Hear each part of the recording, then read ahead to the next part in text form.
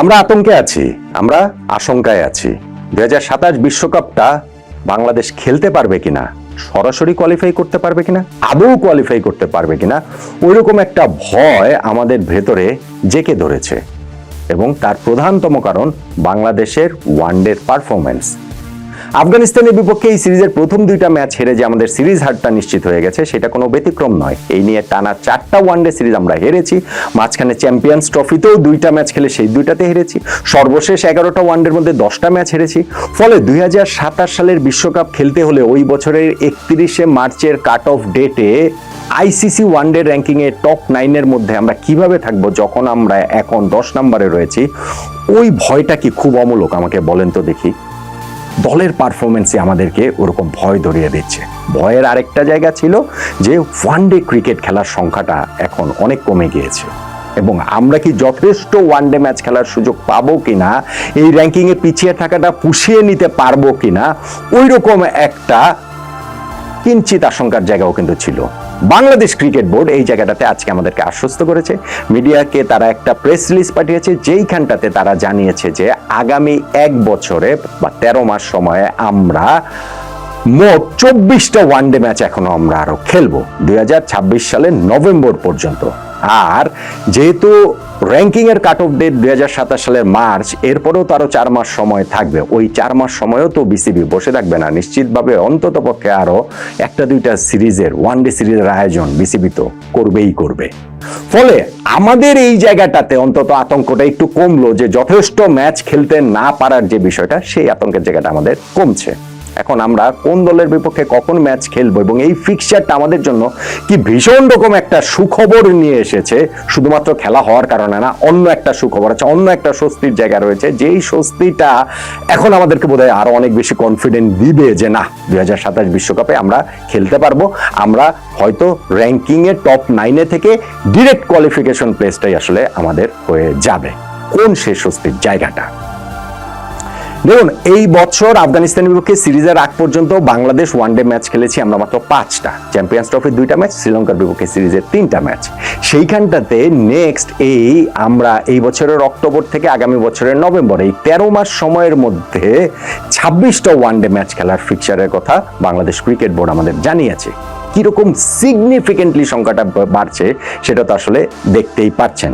আফগানিস্তানের বিপক্ষে এই সিরিজের 2টো ম্যাচ আমরা খেলে ফেলেছি, তারপরে আমরা আর একটা ম্যাচ খেলবো। সেই ম্যাচের পর ওই ম্যাচে যদি আমরা হেরে যাই, আমি অন্য একটা ভিডিওতে এটা আলোচনা করেছি যে আমরা এই ম্যাচে জিতলেও র্যাঙ্কিং এর 9 নম্বরে আসতে পারবো না, কিন্তু হেরে গেলে আমাদের রেটিং পয়েন্ট আরো কমবে, 75 থেকে 74 হয়ে যাবে। আর যদি এই লাস্ট ম্যাচটা জিতি তাহলে আমাদের রেটিংটা 75 থেকে 77 হবে। 80 রেটিং পয়েন্ট যে ওয়েস্ট ইন্ডিজ যারা 9 নম্বরে রয়েছে, যাদের বিপক্ষে আমাদের পরের সিরিজ, সেই সিরিজের জন্য আমাদের আফগানিস্তান বিপক্ষে এই লাস্ট ম্যাচটা সিরিজ হেরে গেল, জয়টা প্রয়োজনীয়, গুরুত্বপূর্ণ। বাংলাদেশের নেক্সট সিরিজ এই ওয়েস্ট ইন্ডিজের বিপক্ষে, যেইখানটাতে এই মাসেই আমাদের খেলা, এই শনিবার দিনই আমাদের প্রথম খেলা মিরপুর স্টেডিয়ামে। সিরিজের 3টা ম্যাচ হবে। ওয়েস্ট ইন্ডিজ র্যাঙ্কিংও আমাদের চেয়ে পিছিয়ে রয়েছে এবং যেহেতু আমরা ঘরের মাটিতে খেলবো, আমাদের অবস্থা খারাপ এখন ওয়ানডে ফরম্যাটে। স্ট্যাটি তো সেটা বলছে। গত বছর ওয়েস্ট ইন্ডিজে গিয়ে আমরা ওয়ানডেতে 3 ম্যাচে 3টাতেই হেরেছি, কিন্তু যেহেতু ঘরের মাঠে খেলা, একটু কনফিডেন্ট কি আমরা আসলে থাকবো না? একটু কনফিডেন্সের জায়গায় কি আমাদের আসলে থাকবে না? বলেন তো দেখি। নেক্সট বাংলাদেশের সিরিজ পাকিস্তানের বিপক্ষে 2026 সালের মার্চ মাসে, এবং সেই সিরিজেও আমরা 3টা ম্যাচ খেলবো। সেই সিরিজটাও হবে বাংলাদেশের মাটিতে। সো পাকিস্তান প্রতিপক্ষ হিসাবে শক্তিশালী নিঃসন্দেহে। এখন বাংলাদেশের ওয়ানডেতে যে অবস্থা, তাতে সবাই বাংলাদেশের জন্য শক্তিশালী, কিন্তু তারপরে যখন ঘরের মাঠেতে আমরা খেলবো তখন আবারও আমাদের সেই কনফিডেন্সের জায়গাটা থাকবে বা থাকা উচিত। এপ্রিল মাসে বাংলাদেশের আরেকটা সিরিজ, প্রতিপক্ষ নিউজিল্যান্ড, ম্যাচ সংখ্যা 3, ভেন্যু বাংলাদেশ। ফলে ওই জায়গাটাতেও আমাদের আরো একটা অপরচুনিটির জায়গা তৈরি হবে যে নিউজিল্যান্ডের বিপক্ষে আমরা কি আসলে আরো কিছু রেটিং পয়েন্ট বাড়িয়ে নিতে পারি কিনা, র্যাঙ্কিং এর ততদিন অবস্থা কি হয়, সেই অবস্থা বিবেচনা করে আমরা কি আরো একটু এগিয়ে যেতে পারি কিনা, আরেকটু স্বস্তির জায়গায় আমরা আসলে যেতে পারি কিনা, বা অস্বস্তি কাটিয়ে স্বস্তির জায়গায় যেতে পারি কিনা। বাংলাদেশের পরের ওয়ানডে সিরিজ জুন মাসে অস্ট্রেলিয়ার বিপক্ষে 3 ম্যাচের এবং ঘরের মাটিতে। সো অস্ট্রেলিয়া, মাইটি অস্ট্রেলিয়া, যতই তারা এই এখনকার ওয়ানডে ফরম্যাটে তারা ওয়ার্ল্ড চ্যাম্পিয়ন, এবং অস্ট্রেলিয়া নিয়ে তো আসলে আলাদা করে বলার কিছু নেই, কিন্তু যখন আমরা ঘরের মাটিতে খেলবো ততদিন পর্যন্ত এই সিরিজগুলো থেকে আমরা কিরকম রেজাল্ট করি, কিরকম কনফিডেন্ট পাই, তার উপরে নির্ভর করবে যে ওই সিরিজটাতে আমরা কতটা লড়াই করতে পারবো, চোখে চোখ রেখে লড়াই করতে পারবো কিনা, এবং সেই জায়গাটা থেকে কিন্তু বাংলাদেশের একটা স্বস্তির জায়গা রয়েছে। আপনি খেয়াল করে দেখুন যে আফগানিস্তানের বিপক্ষে এই সিরিজের পর এই অক্টোবরেই আমরা ওয়েস্ট ইন্ডিজের সঙ্গে খেলবো, আগামী বছরে মার্চে পাকিস্তানের সঙ্গে খেলবো, এপ্রিলে নিউজিল্যান্ডের সঙ্গে খেলবো, জুনে অস্ট্রেলিয়ার সঙ্গে খেলবো। টানা 4টা সিরিজ বাংলাদেশ খেলবে হোমে, নিজেদের মাঠে, আমাদের চেনা কন্ডিশনে। 12টা ম্যাচ, 4 সিরিজের এই 12টা ম্যাচ কিন্তু আমাদের 2027-এর ওয়ানডে বিশ্বকাপের পথে অনেকখানি এগিয়ে নিতে পারে, র্যাঙ্কিংয়ে আমাদেরকে অনেকখানি এগিয়ে দিতে পারে। এরপরে গিয়ে আমরা 2টা অ্যাওয়ে সিরিজ খেলবো। জুলাই মাসে জিম্বাবুয়ের বিপক্ষে 5 ম্যাচের অ্যাওয়ে সিরিজ আমাদের রয়েছে ওয়ানডে, এবং সেইখানটাতে জিম্বাবুয়ে তো র্যাঙ্কিংও আমাদের চেয়ে পিছিয়ে রয়েছে। আমরা বিশ্বাস করি যে কোনো ফরম্যাটেই আমরা জিম্বাবুয়ের চেয়ে ভালো দল, ফলে অ্যাওয়েতে খেলা হলেও সেইটা আমাদের জন্য একটা অপরচুনিটি, আমাদের রেটিং পয়েন্ট বাড়িয়ে নেওয়া, র্যাঙ্কিংয়ে আরেকটু এগিয়ে থাকার বা আরেকটু স্বস্তিদায়ক জায়গাতে থাকার। আগস্ট মাসে এরপরে আমরা আরেকটা অ্যাওয়ে সিরিজ খেলবো, সেইটা আয়ারল্যান্ডের বিপক্ষে, সেইটাও অ্যাওয়েতে। দেন এগেন সেই জিম্বাবুয়ের মতোই অবস্থা, র্যাঙ্কিংয়ে আমরা এগিয়ে রয়েছি, অ্যাওয়েতে খেললেও তাই বাংলাদেশ ওইখানটাতে আমার মনে হয় না যে আমরা আসলে ওই খুব ভয় নিয়ে ওই সিরিজ আসলে খেলতে নামবো। জানি না এই মাঝখানে সিরিজগুলোর রেজাল্ট কি হয়, তার উপরেই হয়তোবা নির্ভর করবে। আর তারপরে গিয়ে আমরা আরেকটা সিরিজ খেলবো ভারতের বিপক্ষে, এই আমাদের ঘরের মাটিতে।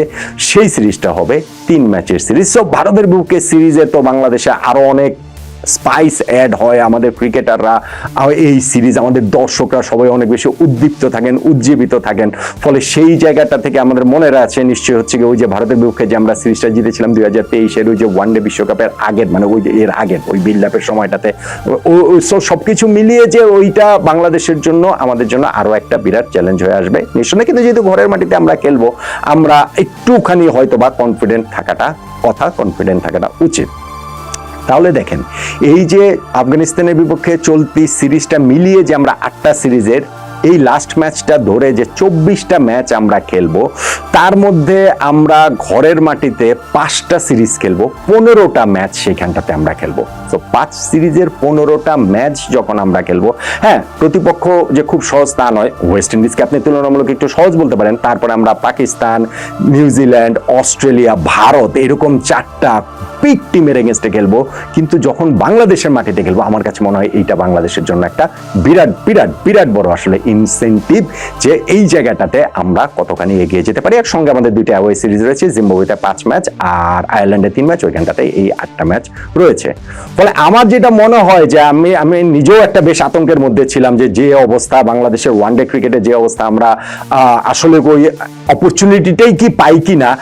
এখন দেখা যাচ্ছে যে ক্রিকেট বোর্ড যে ফিউচার ট্যুর প্রোগ্রামসের আন্ডারে যে আমাদের ফিক্সারটা, সেইখানটাতে আমাদের ওই অপরচুনিটিটা রয়েছে। আমাদের 24টা অ্যাটলিস্ট ওয়ানডে ম্যাচ রয়েছে, এবং আমার ধারণা সেই 24টা গিয়ে 30টা পর্যন্ত থেকে যেতে পারে। এরপরের ওই সময়টাকে, যে 4 মাস সময় কাট অফ ডেটের আগে রয়েছে, ওই সময়টার হিসাবটা যদি আমি ধরি, সো সেটা যদি নাও হয়, তারপরেও তো এই 24টা ম্যাচ রিকভার করার জন্য যথেষ্ট। এবং যেহেতু এখানে 5টা সিরিজের 15টা ম্যাচ ঘরের মাটিতে বাংলাদেশ খেলবে, এখন আমার কাছে একটুখানি স্বস্তি লাগছে কিছুটা, যে না হয়তো বা আমরা 2027 বিশ্বকাপে সরাসরি কোয়ালিফাই করতে পারবো। হ্যাভিং সেইড দ্যাট, পারফর্মটা কিন্তু ক্রিকেটারদের করতে হবে।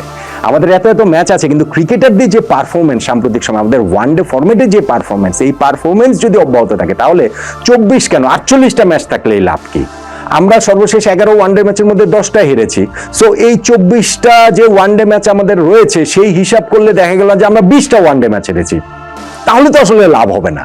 সো ফিক্সার আছে, আমাদের খেলার এই সুযোগটা রয়েছে, আমাদের রিকভার করার সুযোগটা রয়েছে, র্যাঙ্কিং এ এগিয়ে যাওয়ার সুযোগটা রয়েছে। আমি মনে করি যে আমাদের ক্রিকেট টিম এই দিক বিবেচনা করে তারা এই সুযোগটা নিবে। 2027 বিশ্বকাপ খেলাটা যখন আমি দেখেছি যে এতগুলো সিরিজ রয়েছে এবং ঘরের মাটিতে এতগুলো সিরিজ রয়েছে, তখন আমাদের ওয়ানডে ক্রিকেটের বর্তমান ভীষণ বাজে অবস্থার মধ্যেও আশাটা আবার দেখতে পাচ্ছি।